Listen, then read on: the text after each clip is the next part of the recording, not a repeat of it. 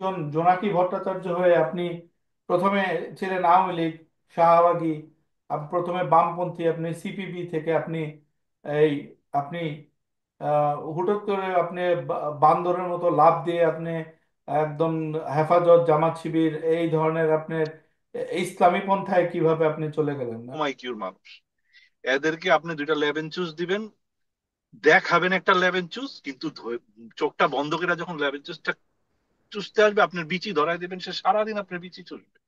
এগো স্ট্যান্ডার্ডই হলো এরকম। So, আমি বিচি ধরাই দিছি, আমার বলচ্চ দ্বারা আমার বিচি চুষতে আছে। এর থেকে সহজ ভিকটিম আর কই আছে? এগোরে দিয়ে আমি যা চাই তাই করতে পারি। আমার দরকার বাংলাদেশকে ডিস্টেবিলাইজ করা, আমি করতেছি। আপনার কোনো সমস্যা তো নাই। আমার দরকার হলো ডিস্টেবিলাইজ করা, আমি ডিস্টেবিলাইজ করে দিতেছি। ঠিক আছে।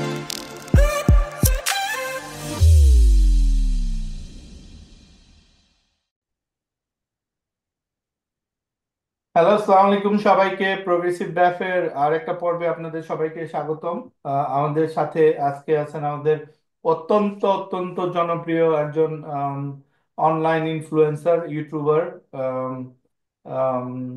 একজন বাংলাদেশের গ্যাঞ্জাম সৃষ্টিকারী, বাংলাদেশ মানে যার কথায় বাংলাদেশের আপামর জনতা হুমড়ি খেয়ে পড়ে, জয় বাংলা করে দেয় সবাইকে। আম, আমাদের সাথে আছেন মিস্টার জোনাকি ভট্টাচার্য। জোনাকি ভট্টাচার্য, আপনাকে সুস্বাগতম আমাদের শোতে। আপনি এসেছেন, আমরা অত্যন্ত আনন্দিত, অত্যন্ত অত্যন্ত আহ্লাদিত, অত্যন্ত গর্বিত।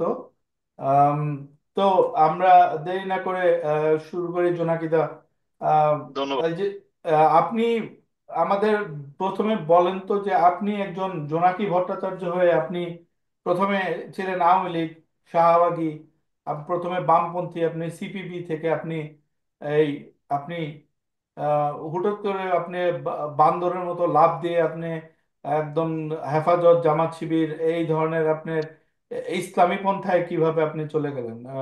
এরকম বান্দরের মতো লাফালাফি আপনি এক ডাল থেকে আরেক ডালে কেন লাফালাফি করেন, আমাদের একটু বলেন প্লিজ।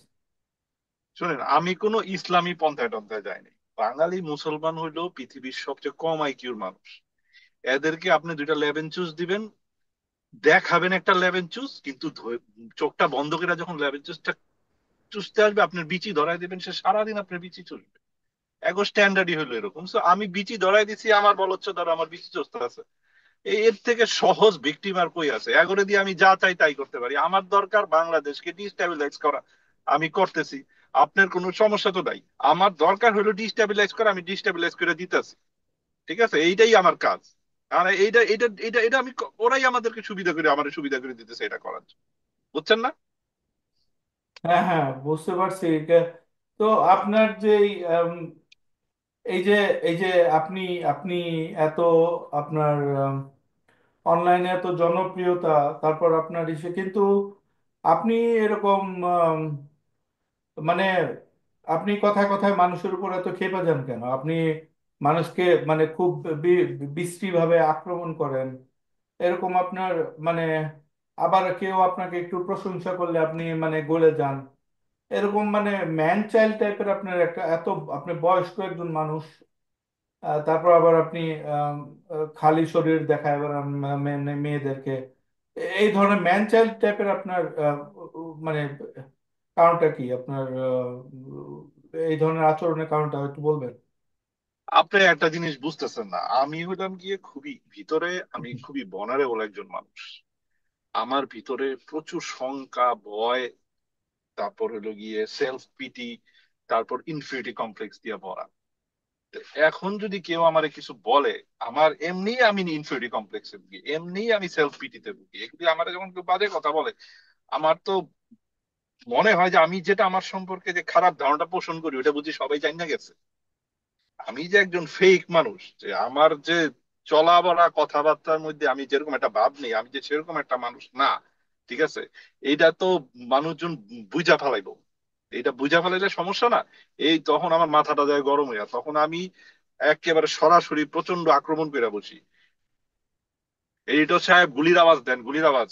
হ্যাঁ, এখানে এটা গুলির এটা আওয়াজ এটা হবে। আমাদের শো, আপনার এডিটর নাই এখানে, সরি। আচ্ছা, তো আপনার আপনি অভ্যাস হয়ে বলতেছেন। গেছে, বুঝা লাভ নাই। হ্যাঁ হ্যাঁ, এটা কি আপনি নিপল? আচ্ছা, তো আপনি আম, যে ম্যান চাইল্ড, আপনার যে ভিতরে মানে এরকম বাচ্চামি একটা ভাব আছে, এই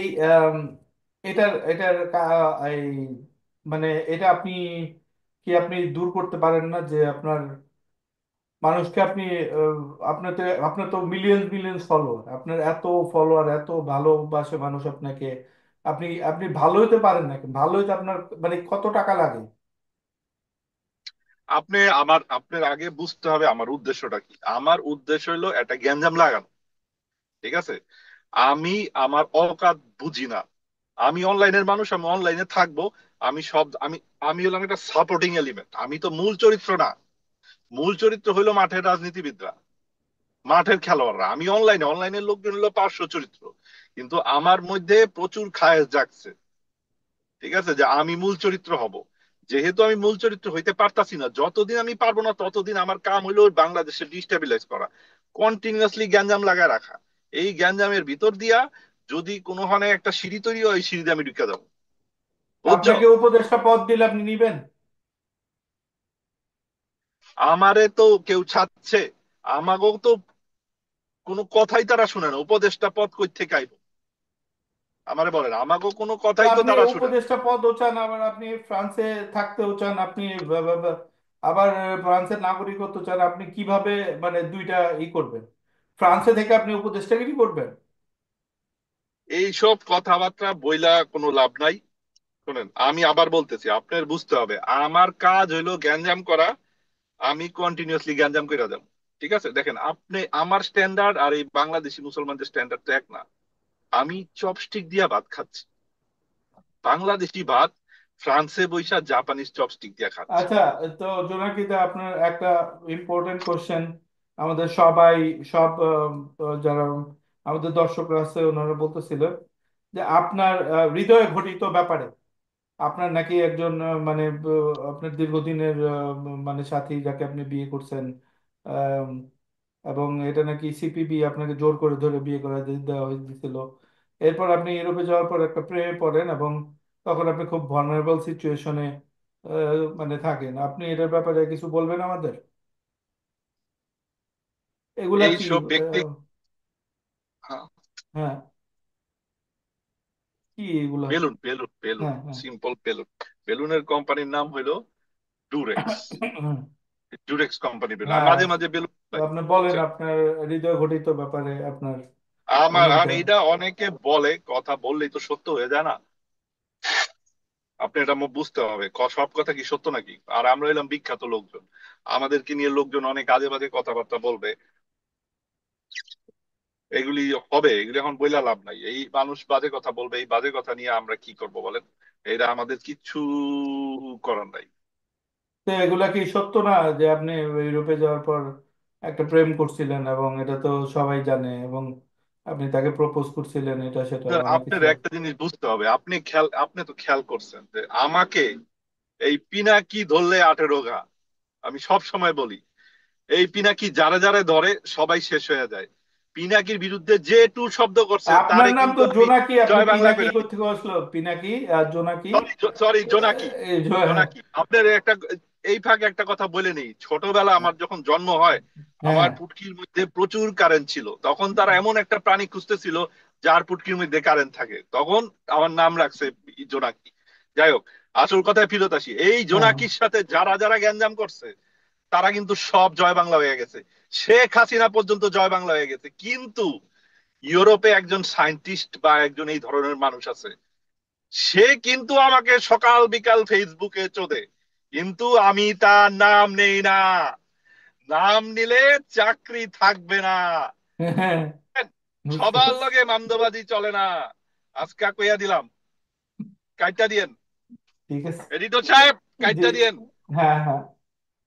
আপনার এই যে এই জামাত শিবির, যদি আপনি জামাত শিবিরের প্রতি এত অনুরক্ত কেন?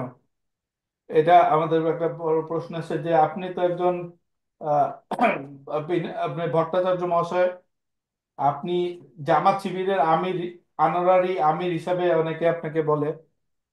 এর ব্যাপারে আপনার সাথে কিভাবে মিলে? আপনি একজন প্রগতিশীল মানুষ, একজন শিক্ষিত বাম পন্থা ট্রেনিং নেওয়া মানুষ, আপনি জামাতের ঘাড়ে কিভাবে আপনি হইলেন? ওরা তো একটা রিজিড পার্টি।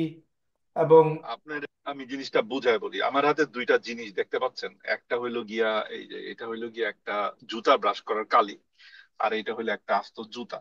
কারেক্ট? দেখতে জি, পাচ্ছেন তো? এখন এইটা হইলো জামাত ইসলামের জিব্বা, এন্ড দিস ইজ মাই জুতা। ওরা হইলো পৃথিবীতে সবচেয়ে সহজে ম্যানিপুলেট করার মতো দল। ওদেরকে কেউ ভালোবাসে না, অগ নিজে গো বাপ মাও ওদেরকে ভালোবাসে না। আপনি আমাকে একটা শিক্ষিত লোক দেখান যে তার সমস্ত কাজ কারবার জামাতের পক্ষে যায়, কিন্তু তারে যদি আপনি জামাত কন, সে আপনাকে ধরে পন্দায় দিবে। ও জি, ও কেউ অন করে না। আমি একমাত্র ব্যক্তি যে যার সামান্য পড়ালেখা আছে মোটামুটি, যে তাদেরকে অন করে।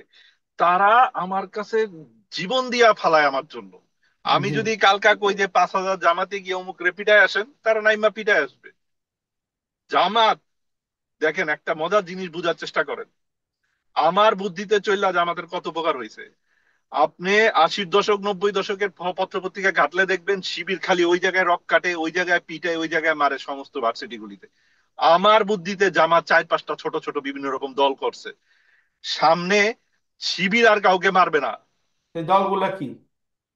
এই যে কালকাই তো সভরেন্টি একটা প্রতিষ্ঠান বানাইছে, দেখলেন জি, না কি করলো? তারপর এইটাই বৈষম্য। কার বুদ্ধি? এগুলি কার বুদ্ধি? এইসব চিকন বুদ্ধি এবি জামাতের পার্টি। হয়? হ্যাঁ। AB party. এরা মারামারি হ্যাঁ, করবে, জামাতের কোনো দোষ হবে না, জানা। শিবিরের কোনো দোষ হবে না। বুঝছেন? জি, না, সুন্দর বলছেন। এখন আপনার এই যে আপনার এই নতুন একটা বই বেরিয়েছে যে আপনি ইন্দুর নিয়ে একটা সুন্দর ইন্দুরের সাথে কথা বলতেছেন, এগুলা এগুলা কি আপনার মনের ভিতর ভ্রান্তি, মানে আপনার মাথার ভিতরে, মানে এটা কি আহ কিছু মানে এই মনে করবেন বইটার না, কারণ পিছনের আমি কারণটা অত্যন্ত আপনি বলেন। ট্যালেন্টেড ব্যক্তি তো। আমি চুপ করে একটা কাজ করি না, আমি একসাথে শুনতে অনেক ধরনের কাজ করি, তো যদি এত আপনাদের কিছু সাথে। আপনি কিভাবে করেন? একটা মানুষের পক্ষে এত কিছু করা কিভাবে সম্ভব?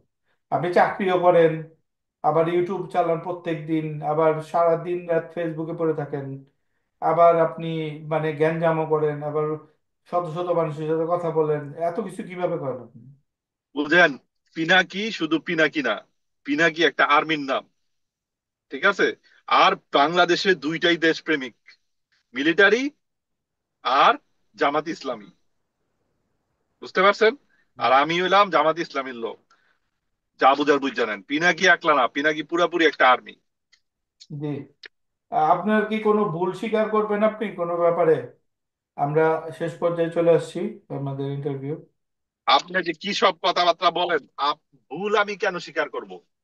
আপনি জামাত শাহবাগ ইসলামের যে প্রতি সাপোর্ট করছেন, আপনি এই যে গোলাম আজম রে স্টানোভাবিচ বলছেন, এই তারপর ওই যে আপনার সাইদিরে আপনার মাদার ফাকার বলছেন, এগুলো নিয়ে আপনি কি ভুল স্বীকার করবেন? শাহবাগ সময় আপনি এই পুরো একজন খাস আওয়ামী লীগের মতো আওয়ামী লীগকে সাপোর্ট করছেন যে। আমি কিছু কথাবার্তা বলছি, কিছু কার্যকলাপ চালাইছি, এই জন্য একটা দলের 5 জন নেতা মারা গেছে, কি বলে হত্যার শিকার হয়েছে ভুল বিচারের মাধ্যমে। ঠিক আছে? আর ওই সেম দল, তাদের আকামের জন্য লক্ষের উপরে মানুষ মারা গেছে, সেটার সাথে তারা জড়িত ছিল। তারা যে তারাই মাপ চায় নাই, তারা স্বীকারই করে নাই। আর আমার এই সামান্য কি কথা কইছি, এটা আমি কে লেগা স্বীকার করুম বা মাপ চামু? আমারে বুঝায় বলেন, কোনো দরকার আছে? এইসব এইসব মাপ চাওয়া চাওয়ি এইসব হলো অত্যন্ত মানে আদেল ব্যাপার স্যাপার, এগুলির ভিতরে আমি নাই। ওকে জোনাকি, জোনাকি ভট্টাচার্য, অত্যন্ত ধন্যবাদ, আপনি আমাদের খোলাখুলি আজকে একটা ইন্টারভিউ দিলেন। আশা করি সামনে আমাদের শোতে আবারও আসবেন।